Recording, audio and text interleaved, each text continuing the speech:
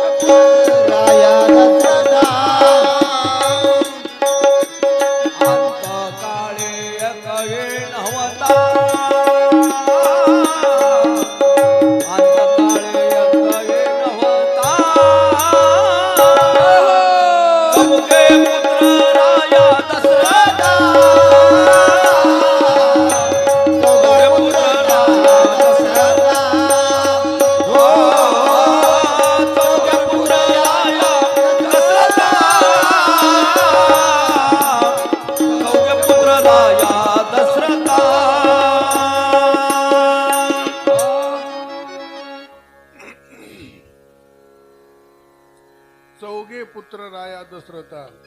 अंतकाळी एकही नव्हता, अंतकाळीच्या टाइमला एकही नाही. असं करतात तिथून रामायणामध्ये असं असतंय बघा, काय काय ऐकायला भेटते बघा. एक पोरग मेलं की रामायणामध्ये त्याचे आई बाप मरते. एक पोरग वनवासाला गेलं की बाप आपला प्राणाचा त्याग करते. एक नवरा वनवासाला गेला, एक बाई एका पायावर उभं टाकून तपश्चर्या करते. एक नवरा वनवासाला निघाला, एक बायको त्याच्या पाठीमागे संगत जाते. एक भाऊ वनवासाला निघाला, दुसरा भाऊ त्याच्या पाठीमागे वनवासाला जाते. 2 भाऊ वनवासाला गेले की त्याला भेटायला 2 भाऊ जातात, आणि ते 2 भावांना सांगितलं राज्य कर म्हणलं तर राज्य करीत नाहीत. वडील भावाच्या पायातल्या पादुकाची सेवा 2 भाऊ करतात. तिथून पुढे गेल्यानंतर एक पक्षी येते, पण ते पक्षी 60,000 वर्ष उपाशी राहते रामाच्या भेटी करता. रामायणच फार गोड आहे. आणि पुढे गेल्यानंतर असे 1.25 लाख नातू मरतेत, 1 लाख पोरं मरतेत, सगळे भाऊ मरतेत, पण आपण राहावंच वाटते असे काही लोक ह्या रामायणामध्ये आपल्याला बघायला भेटतात. आणि तो असा राजा दशरथ त्या ठिकाणी त्या तिघाची बी असणारी अंत्यविधी केली. राजा वापस आला आणि वापस आल्यानंतर मग त्या ठिकाणी त्या 2 लग्न लावले. एक लग्न आपल्या मुलीचं लग्न एका श्रृंगी ऋषी सोबत लावलं आणि त्या लग्नामध्येच एक पायस पात्र असणारं भगवंतानं दिलं. त्या पायस पात्राचे तुकडे केले. तुम्हाला रामायण सगळं माहित आहे. आता अर्ध ते घारीनं पिंड झडकिला, तिकडं अंजनीच्या पदरामध्ये पडला, तिकडे मारुत्रया जन्माला आले. आणि मग ही बाई रुसली आणि त्याच्यातले अर्धा भाग 2 भाग हिला दिले आणि एक भाग सुमित्रेनं आणि कौशल्यानं खाला. आणि त्या कैकेयीला भरत आणि शस्त्रघ्न जन्माला आले, कौशल्याला राम जन्माला आला, सुमित्रेला असणारा लक्ष्मण जन्माला आला. असे 4 पोरं भगवंता त्या ठिकाणी दशरथ राजाला झाले. प्रभू रामचंद्र भगवान की जय. असा रामाचा अवतार जन्माला आला. आणि तिथं करत करत करत बरेच दिवस असणारे वशिष्ठ ऋषी आता त्याला सगळी मौजी बंधन केलं. त्याला शिक्षण होतं आणि गुरु होते वशिष्ठ गुरु. गुरु काही साधे नव्हते ते. त्या गुरुच्या हातानं निज शिष्याची मरण चिंता स्वये निवारी वस्तुता, तोची सद्गुरु तत्वता, येरते गुरुता मंत्र तंत्र उपदेशिते, मंत्र तंत्र उपदेशिते, घरोघरी गुरु आहेत आहे ते, जो शिष्याशी मिळवी सद्वस्तुते, त्याशी श्रीकृष्ण सद्गुरु माने, गुरुचे उपमे समान जगिन दिशान, आगाध गुरुचे महिमान, ते भाग्यविनी भेटेना मद रतई सद्गुरु, तेने तरलो संसार पुरु, म्हणून विशेष अत्यादरू विवेकावरी. आता असा गुरु भेटल्यावर काय होते बाल महाराज? उजळले भाग्य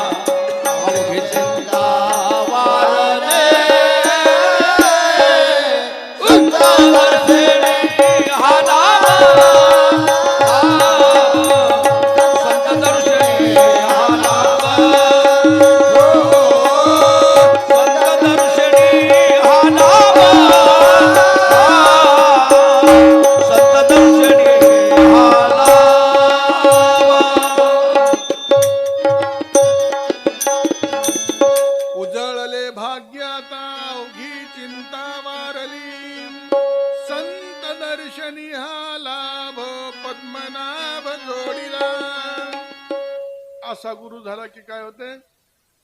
संत दर्शनानं पद्मलाभ म्हणजे भगवंताची भेट होते आणि भगवंताची प्राप्ती होते. त्यासाठी ते गुरु आणि त्या भगवंताला ते सगळी विद्या असणारी पूर्ण केली.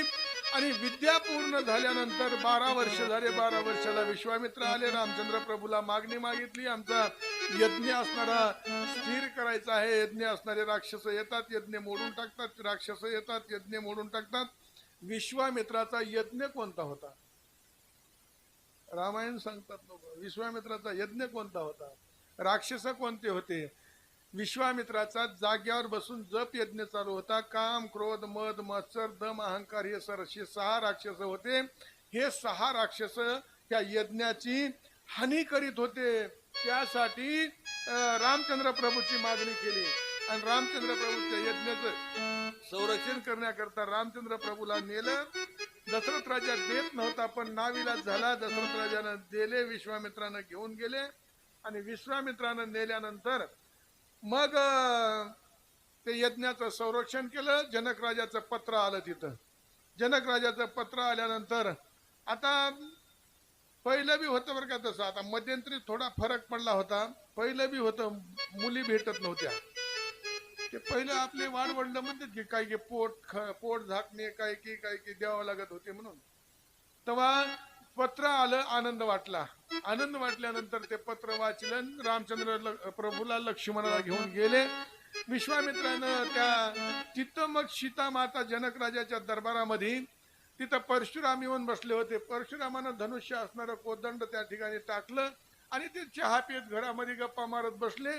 आणि सीता मातेनं त्या कोदंडाचं घोडं केलं आणि झ्या झ्या झ्या झ्या म्हणून असे पटांगणानं खेळू लागले. खेळत असताना हे दोघ जण बाहेर आले. बाहेर येऊन बघितलं तर काय त्या धनुष्यबाणाचं घोडं केलंय. परशुरामाशिवाय दुसरं कुणाला धनुष्यबाण उठलत नव्हतं.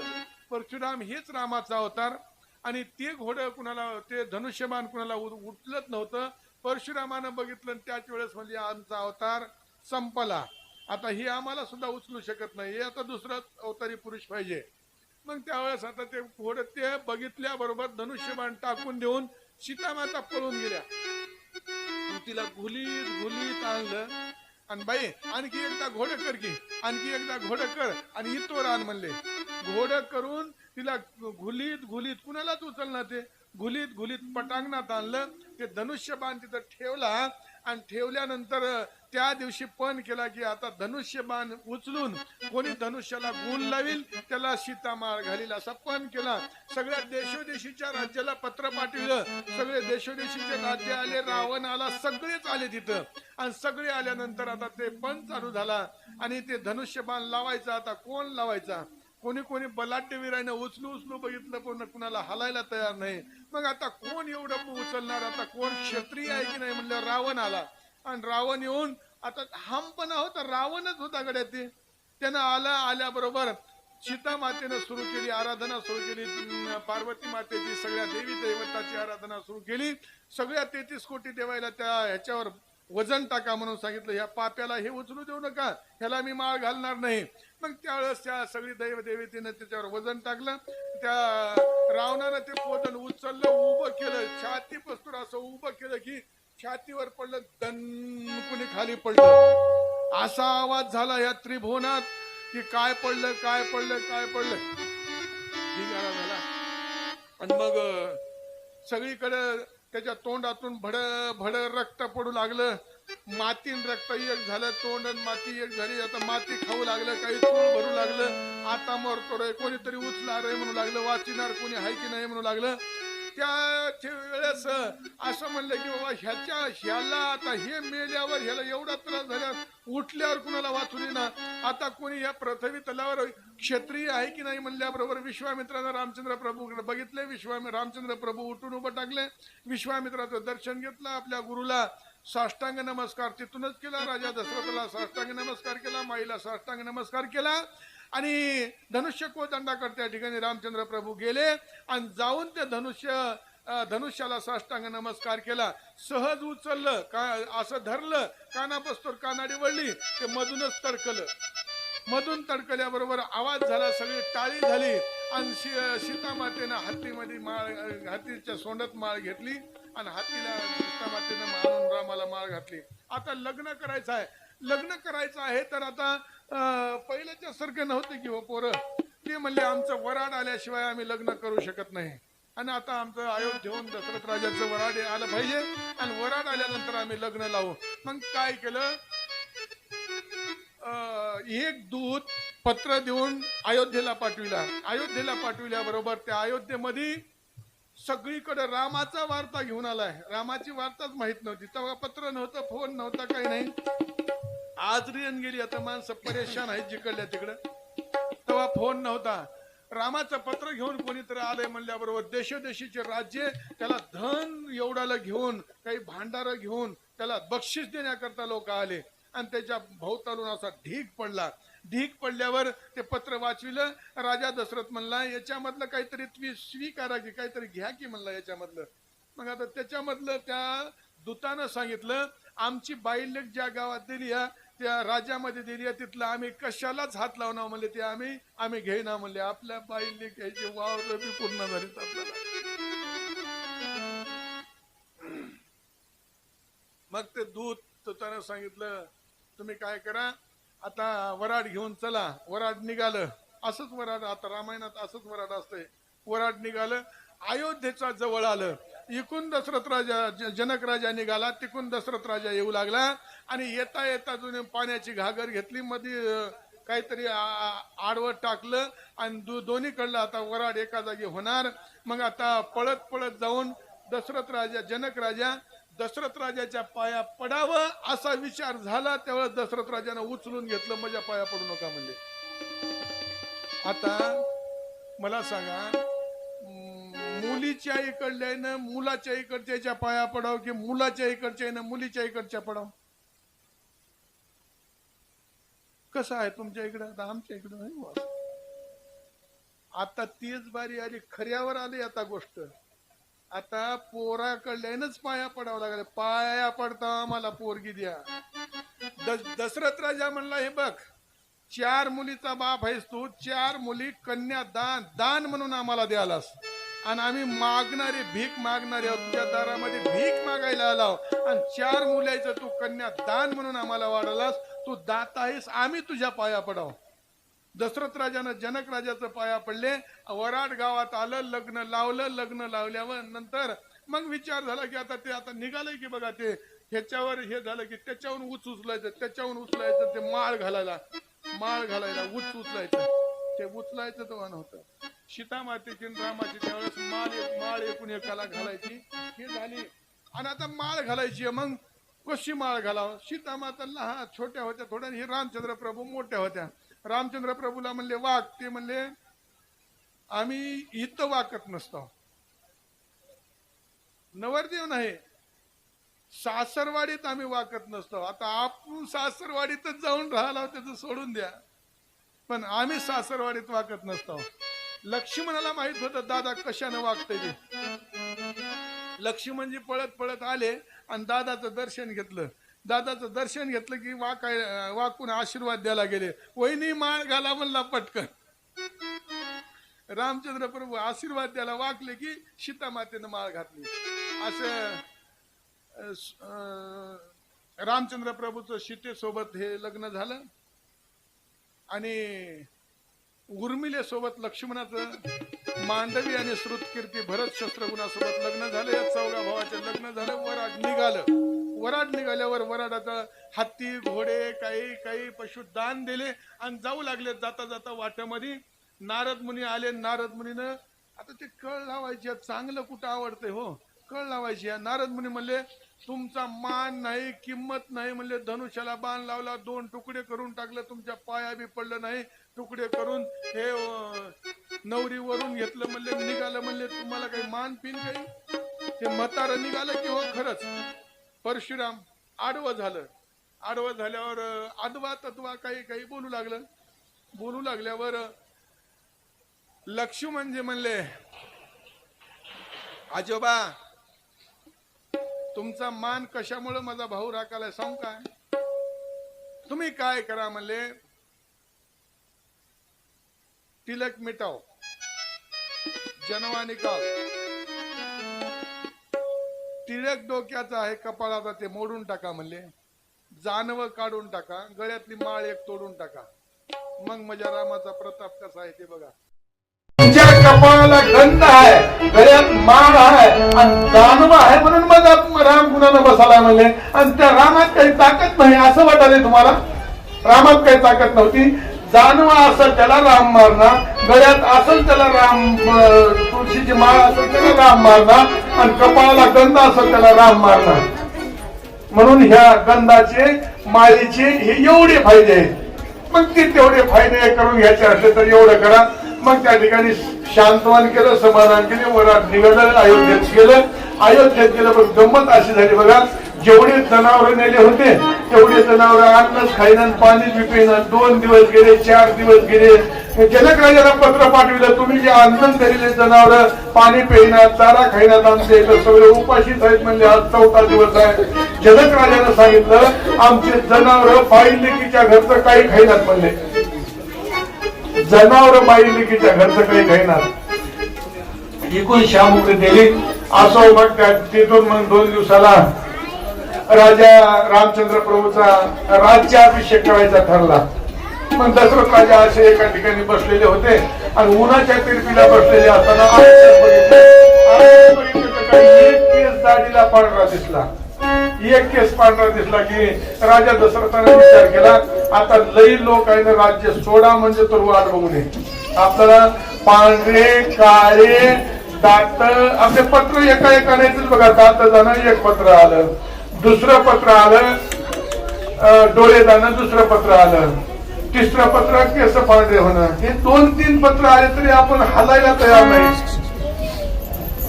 पहिलं बघा, आता ते तिकट निघाले ते ह्याचे कॅम्प्युटर मधून, पहिलं तिकट होते असे लांब आणि त्याला त्या ह्यानं 3 छिद्र पडायचे. त्याच्या छिद्राच्या खाल्ल्या लाईनला काय होतं बघा, ऊ मू ऊ. त्याचा अर्थ काय होता, त्याचा अर्थ करून माणसानं वागलं तर जमत होतं. आधी म्हणत होते बस स्टँड तुला आलाय जवळ उठ, ऊ म्हणजे उठ, उठना गेला मू मूर्खा, पहिलं उठ म्हणायचं, उठना गेलं की मूर्खा, मू म्हणजे मूर्खा, तिसरं उठ, ऊ मू ऊ, उठ मूर्खा उठ असं. याचा अर्थ की माणूस तिथपर्यंत धरूनच आहे. पण त्या दशरथ राजाला कळालं आता आपण थांबलं नाही पाहिजे, आपण आता राज्य सोडलं पाहिजे. मग करत राजा रामचंद्र प्रभूला आता ज्यावर बसवायचं ठरलं. ठरल्यानंतर सगळीकडे वार्ता पसरली आणि कौशल्येला पळत पळत जाऊन दासीने वार्ता सांगली.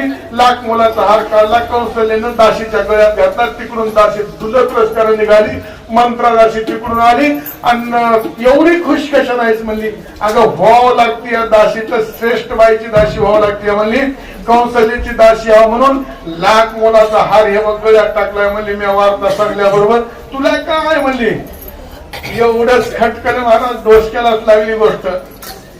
एवढं खटकल्याबरोबर त्या बाईनं असा निर्णय केला की राम राज्यावर बसूच द्यायचा नाही. मग कंस कैकेयीला इकडल्या तिकडल्या बऱ्याच गोष्टी सांगितल्या. कैकेयीने केस मोकळे सोडले, अंगावरले दागिने काढून टाकले. रामचंद्र दशरथ राजा आला, काय झालं सगळं विचारलं. दशरथ राजाला सांगितलं तिनं आधी भरताला गादीन आम्हाला वनवास 14 वर्ष. बरोबर मागून घेतलेली बारीक सारीकाचं रामायण खूप आहे बघा.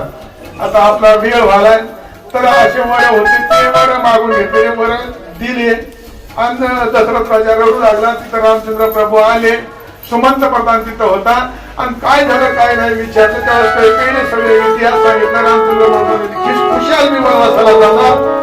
वनवासाला रामचंद्र प्रभू निघाले, सीतामाता सोबत निघाली, लक्ष्मणजी सोबत जाणार. आता पण उर्मिलेलं म्हणली थोडस जेवून जा, जेवून जा म्हणजे असं. बरं पहिलं लग्न झालेलं होतं, लग्न झाल्याबरोबर 2 दिवसाचा कारभार आहे आणि नाही म्हणला दादानं हाक मारण्याच्या अगोदर तू जेवण झालं तर जेवून जाणार, नाहीतर नाही.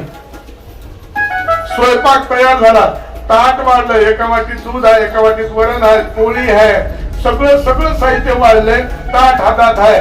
दादानं हाक मारली, हाक मारल्याबरोबर लक्ष्मणजी उठले निघाले आणि निघाल्याबरोबर हातात ताट घेतलं, एका पायावर उभं टाकली, एक पाय ह्या पायावर ठेवला आणि लक्ष्मणा जेवून जा जेवून जा म्हणत म्हणजे जे तिथं उभं टाकली ते 14 वर्ष त्या ताटातलं दूध नाचलं नव्हतं, थंड झालं नव्हतं, पोळी थंड झाली नव्हती, वरण थंड झालं नव्हतं, भाजी थंड झाली नव्हती. आणि जर पाणी थंड झालं असतं, वरण थंड झालं असतं, दूध थंड झालं असतं आणि चपाती थंड झाली असती तर लक्ष्मणाला भूक लागत होती. लक्ष्मणाला भूक कशासाठी, लक्ष्मणाची भूक तिथंच राहिली जाग्यावर हिच्या तपामुळं आणि हिच्या ताटातलं काहीच थंड झालं नाही. वनवासाला निघून गेले. 14 वर्ष 14 दिवस उभा होती आणि खरा वनवास महाराज नाही जो काय नाही, दुसऱ्या रामाला काही वनवास नाही, आपली मालकीण सोबत आहे, सगळा आनंद आहे आणि त्या आनंदानेच ते वनवासाला गेले. गेल्यानंतर दशरथ राजाने विचारलं सुमंताला, रामचंद्र प्रभू कुठे आहेत? ते म्हणजे वनवासाला गेले म्हणले. सुमंता आता एवढा रत्न होते म्हणले, रत्नामध्ये बसून रामाला वनवासाला पाठव. सुमंत प्रधानानं रथ घेतला, रामाच्या पाठीमागे गेले आणि शरयू नदीच्या तीरापर्यंत गेले आणि शरयू नदीच्या तीरापर्यंत जाऊन तिथं मुक्काम पडला आणि मुक्काम पडल्यानंतर सगळी प्रजा झोपत होती. रामाच्या आजूबाजूला सगळी प्रजा झोपी गेली होती आणि रात्रीच्या टाइमला सुमंत प्रधानाचं रामचंद्र प्रभूचं संभाषण चालू आहे. सुमंत प्रधान म्हणू लागले, तुम्ही रथात बसून चला. सुमंत, मी रथात बसून येण्याकरता अवतार धरला नाही, तर माझ्यासाठी लई लोक दगड होऊन बसले. तर काही लोक आता जटायू पक्षी जेव्हा पंख जळाले तेव्हा खाली पडला. खाली पडल्यावर रामचंद्र त्या सूर्याला कळालं. नारद मुनीने सांगितलं तुमचे मित्र होते आणि हे मित्र तुमच्या पंख जळून पडले.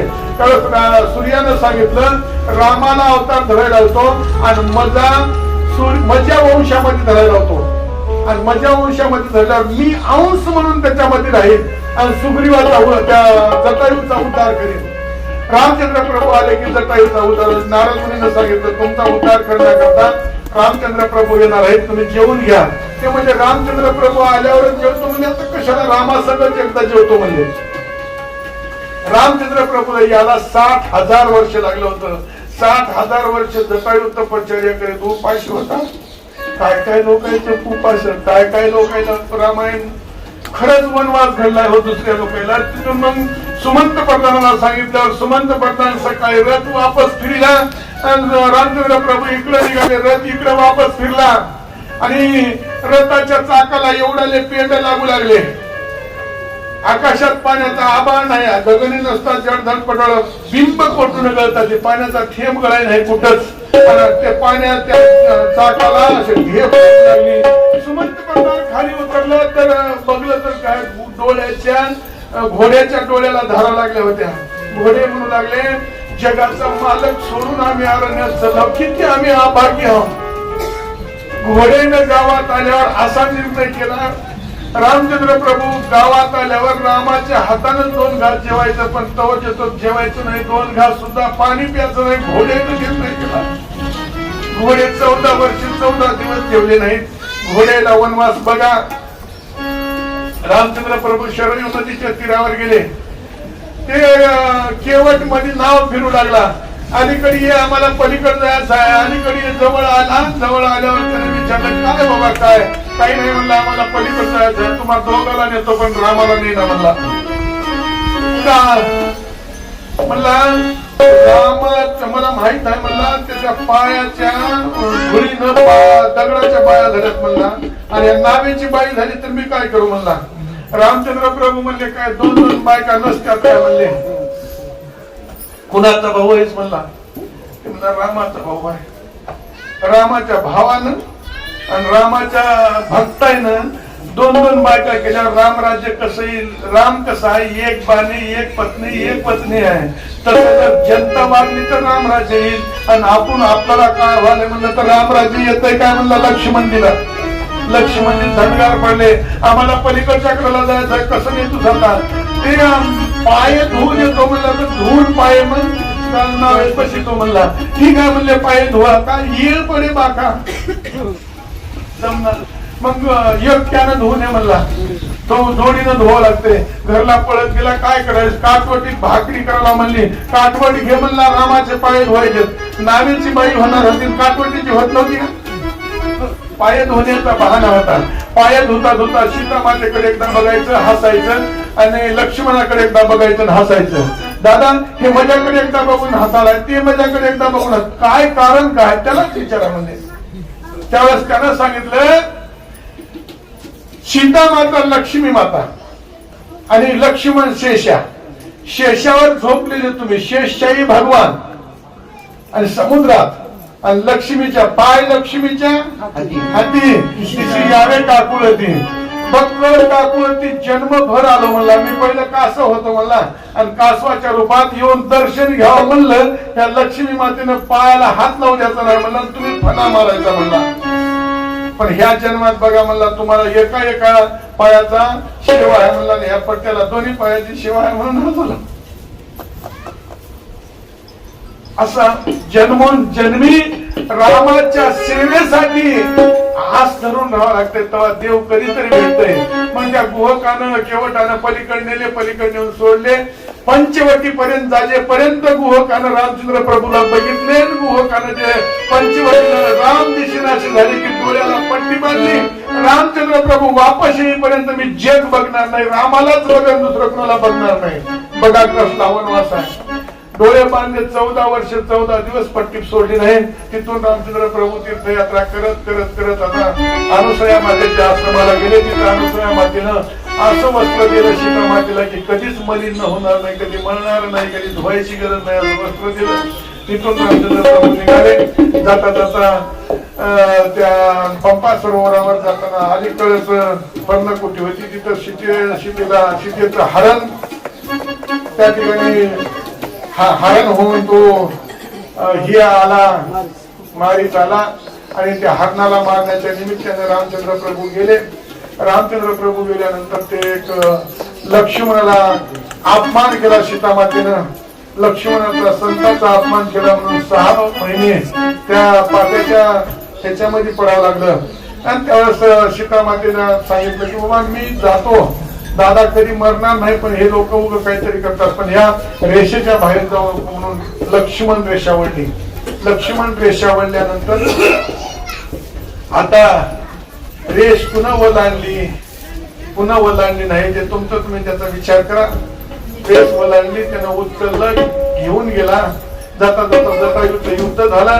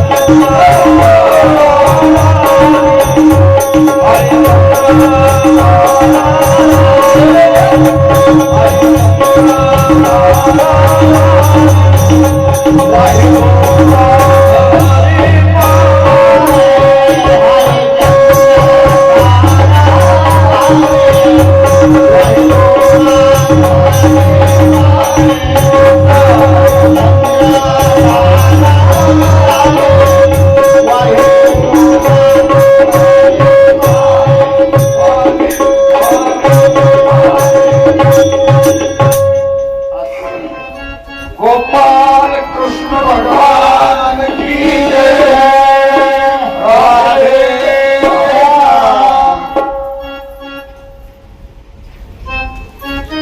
हरिचंद्र तारा राणी वाहे डोम्या घरी पाणी, डोम्या घरी पाणी वाहू लागला. दुपारी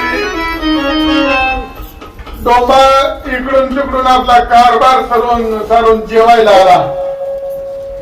जेवायला बसल्या बरोबर ती पाणी तिने गेली, ते पाणी भरून घ्यायला गेली. त्या रानातलं तांब्या खडखड वाजला. थेंबर पाणी नाही मध्ये. पाणी कस काय नाही म्हणला. दिवसभर तुमचा गडी पाणी भरलाय की म्हणजे एक पाण्याचा थेंब नाही. असलं लाकूड काढलं मारायला, असलं लाकूड त्या ढोप्या मारानं आणि लाकूड मोडजीत तोड मारला.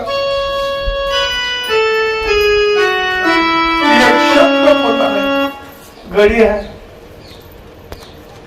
जेवण केलं. संध्याकाळी काय करायचं, 3 पान घ्यायचं, 3 चिपटे व्हायचं, पीठ द्यायचं. काशीला नदीला जायचे, आंघोळ करायची.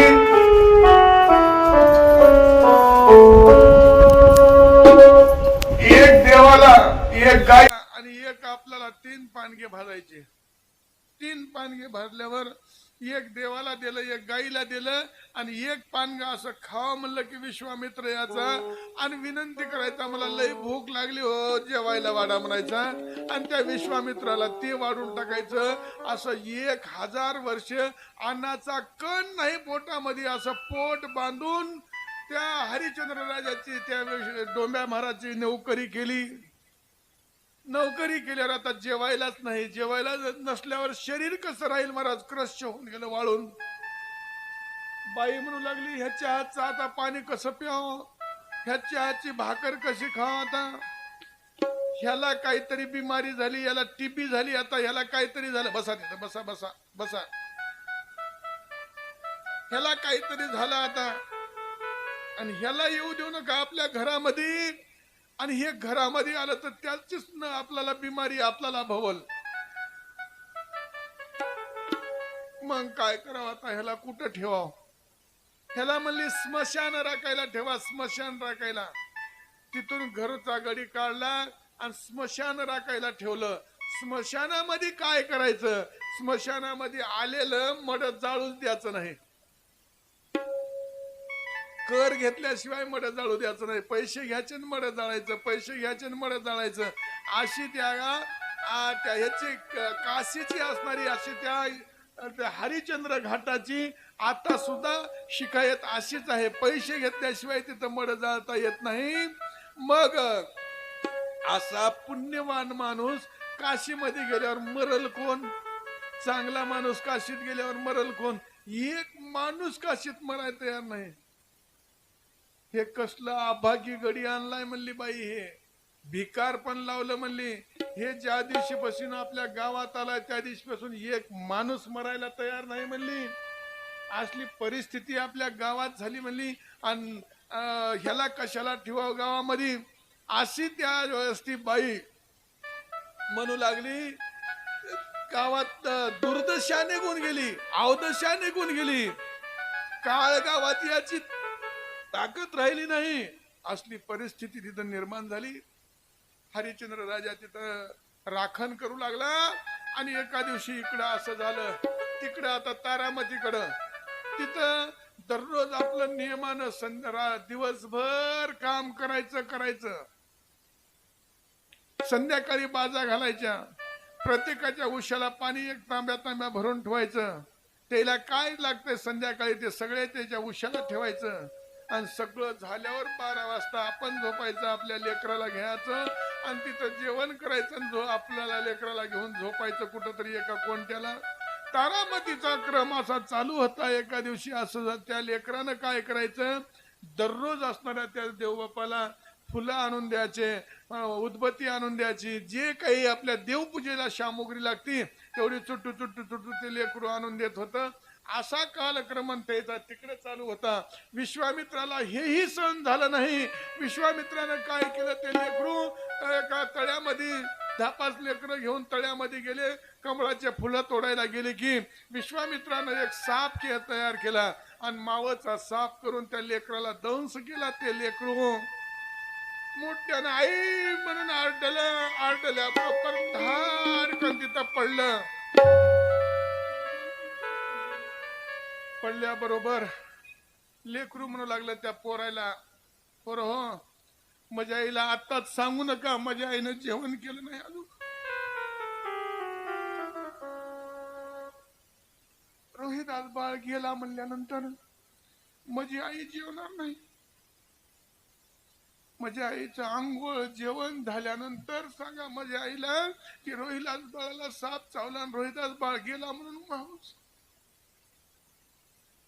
असं बोलता बोलता रोहिदास बाळानं आपला प्राण सोडला. रोहिदास बाळानं प्राण सोडल्यानंतर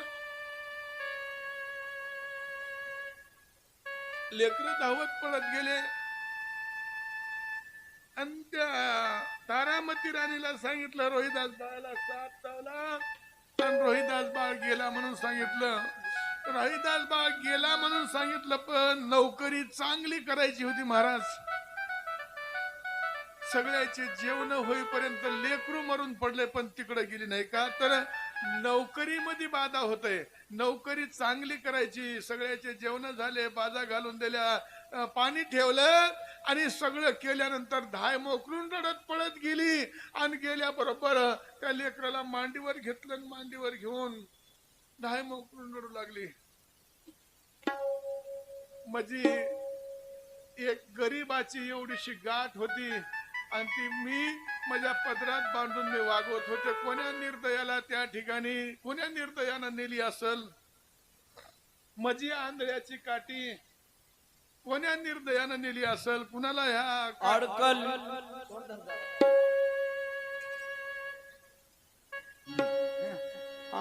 अडकली कवने बेटी आंधळ्याची अडकली कवने बेटी आंधळ्याची काठी. अडकले कोण्या बेटी आंधळ्याची काठी. अडकले कोण्या बेटी आंधळ्याची काठी. माझी हरणी गुंतली कवने राणी. माझी हरणी गुंतली कवने राणी. अडकली कवने बेटी आंधळ्याची काठी. हो अडकली कवने बेटी आंधळ्याची काठी. हरी बोल. अडकली कवने बेटी आंधळ्याची काठी. माझी हरणी गुंतली कवने राणी. माझी हरणी गुंतली कोण्या राणी.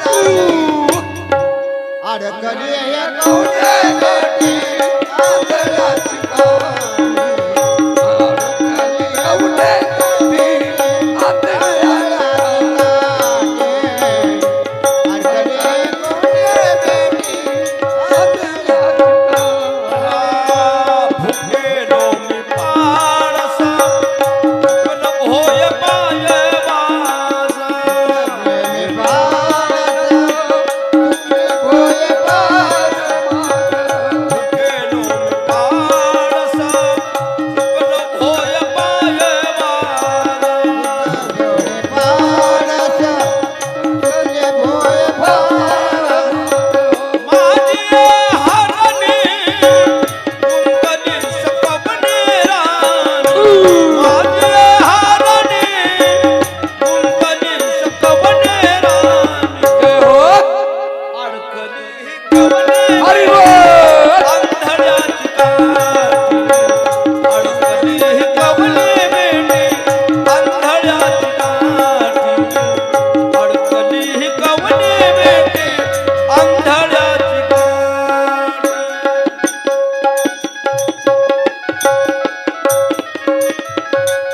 गोपाल कृष्ण भगवान की जय. राधे श्याम.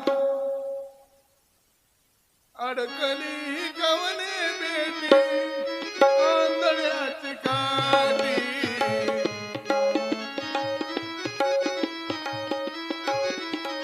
काठी अशी असणारी धावा करू लागली. आणि धावा त्यावेळेस काय, आता लेकरू एक काय पोटचा बारक 5 वर्षाचं. रात्रीचे 12 वाजले त्यावेळेस तळ्यावर एकटी माय मावली असणारी मांडीवर लेकराला घेऊन त्याच्या तोंडावर तोंड ठेवलंय, धाय मोकळून रडू लागली. तिथं तिला आता शांत होय म्हणायला तरी कोणी आहे काय, तिला सांत्वन करायला तरी कोणी आहे काय. बरं अशा इतर कोणत्या ह्यानं सांत्वन होत होतं, पण ते पोटचा गोळा आहे महाराज. त्या पोटच्या गोळ्यामुळे शांत सांत्वनच होत नव्हतं. तेवढ्यामध्ये विश्वामित्र तिथं आला. विश्वामित्र तिथं येऊन विश्वामित्र म्हणू लागला, बाई काय झालंय. काही नाही दादा म्हणली, माझं लेकरू असा असा साप दंश होऊन लेकरू वारलं. त्या सापाला कशी दया आली नसल, काय करू आता, माझं कोणी नाही तर कसं करू. बाई म्हणला, ते बघ तिथं ते माणूस स्मशानात बसलंय म्हणला आणि ते उजळल्याबरोबर तुझं लेकरू जाळू देणार नाही मला त्याला धन देण्याकरता तुझ्यापाशी पैसा नाही काही नाही त्यासाठी आताच्या आताच चल आणि तुला मी मदत करतो म्हणला आता संध्याकाळीच्या रात्रच्या रात्री तुझं लेकरू असणार आपण स्मशानात नेऊन त्याला अग्निकाष्ट देऊन म्हणला त्यावेळेस तिने काय केले ठीक आहे म्हणली आता तिलाही पटली गोष्ट काय करूया नाविलाज आहे ते लेकरू उचललं हातावर घेतलं आणि त्या हरिश्चंद्र घाटावर आणलं इकडून तिकडून लाकडं जमा केले आणि ते लेकरू त्या अग्नीमध्ये घातलं आस्ती वरी ठेवलं ठेवून अग्निकाष्टात दिला आणि असं अग्नी पेटल्याबरोबर जाळ थोडा भडकला की तिकडून हरिश्चंद्र राजा पळत आला कोण म्हणला माझ्या आज्ञेशिवाय इथं कोण जाळलं म्हणला हे लेकरू आणि ते अग्नी हिजवून टाकला आणि ते लेकरू फार कण धरून ओढून बाहेर काढलं लेकरू ओढून बाहेर काढलं त्यावेळेस बघा आता प्रारब्धाची गती कशी गहन आहे स्मशान राखण करणारा बाप आहे जळणार लेकरू आहे आणि जाळणारी बायको आहे हाय हाय हरिश्चंद्र राजा काय आता किती सत्व बघतोस म्हणून धाय मोकलून मोठी हात फोडली तारामती राणीनं तेव्हा हरिश्चंद्र राजा उभं टाकून बघू लागला तारामती राणीला विचारलं हरिश्चंद्र राजा कोण तिने म्हणली माझा पती आहे आणि हरिश्चंद्र राजाचाच मुलगा आहे त्यानं सांगितलं हरिश्चंद्र राजा मी आहे तिने म्हणू लागली तुम्ही हरिश्चंद्र राजा नाही का ओळख पटना गेलती ओळख न पटायचं कारण काय होतं 1000 वर्ष नोकरी केली होती आणि 1000 वर्ष एक आणाचा कण पोटात गेला नव्हता 1000 वर्ष उपवास धरला होता वाळून शरीर वाळून क्रश झालं होतं फक्त हाड उरले होते म्हणून हरिश्चंद्र राजा ओळखू येत नव्हता आणि तुम्ही हरिश्चंद्र राजा नाही सगळ्या खाना खुना सांगितल्या एकूण एकानं आणि मग त्यावेळेस ओळख पटली तरी मी जाळू देणार नाही का तर माझी नोकरी आहे नोकरी ही मला सत्य करावं लागते असं म्हणून त्यावेळेस त्यानं तुम्ही इथं थांबा आणि मी जाऊन माझ्या मालकाला विचारून येतो डोंबा मालकाला विचारून येतो म्हणून हरिश्चंद्र राजा विचारायला गेला तोपर्यंत ह्या तारामतीला आणि त्या रोहिदास बाळाला आता रोहिदास बाळ अर्धा भाजलाय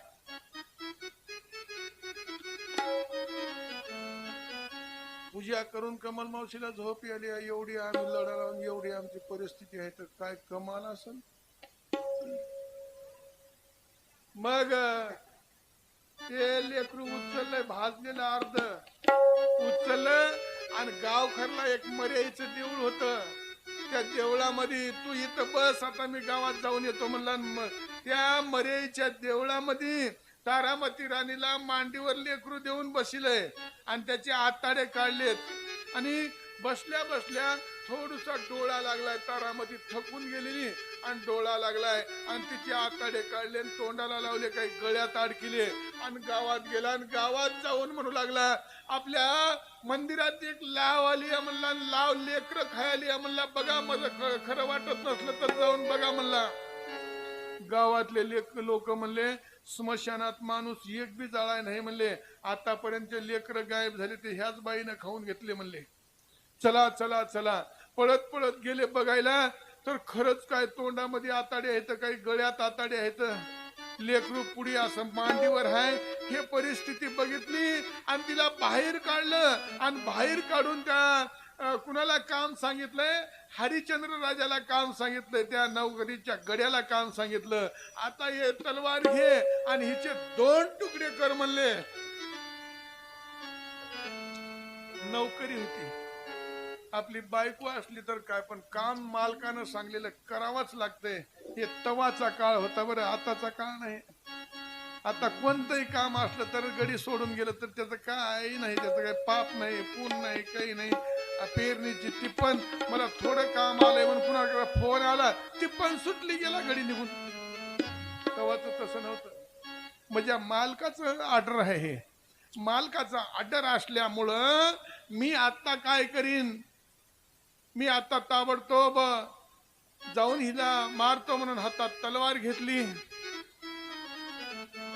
तलवार घेतल्याबरोबर सगळ्या सभेमध्ये असं उभा केलं तारामती राणीला, आणि हरिश्चंद्र राजाच्या हातात तलवार आहे. तारामती राणीनं मान अशी लांब केली, असं तलवारी पुढे मान केली. हरिश्चंद्र राजानं सांगितलं, आता तुला अंतकाळीच्या टाइमला काय मागायचं ते माग, आता तुझी इच्छा काय ते सांग. त्यावेळेस तारामतीने इच्छा सांगितली. सूर्यवंशामधलं सासर घर भेटाव म्हणली.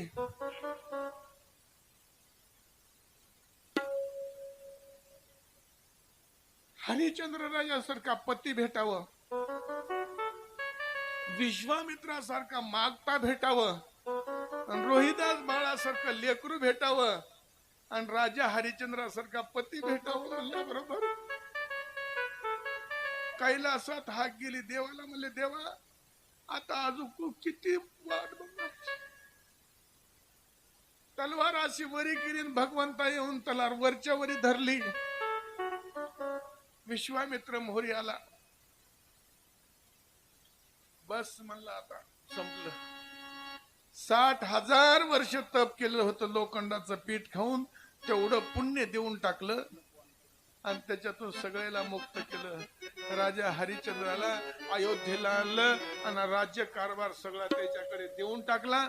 असं करून हरिश्चंद्र राजाची या ठिकाणी कथा पूर्ण झालेली आहे.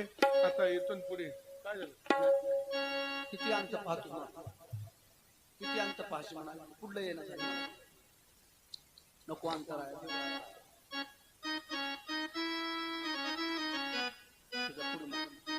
नाही, किती अंतर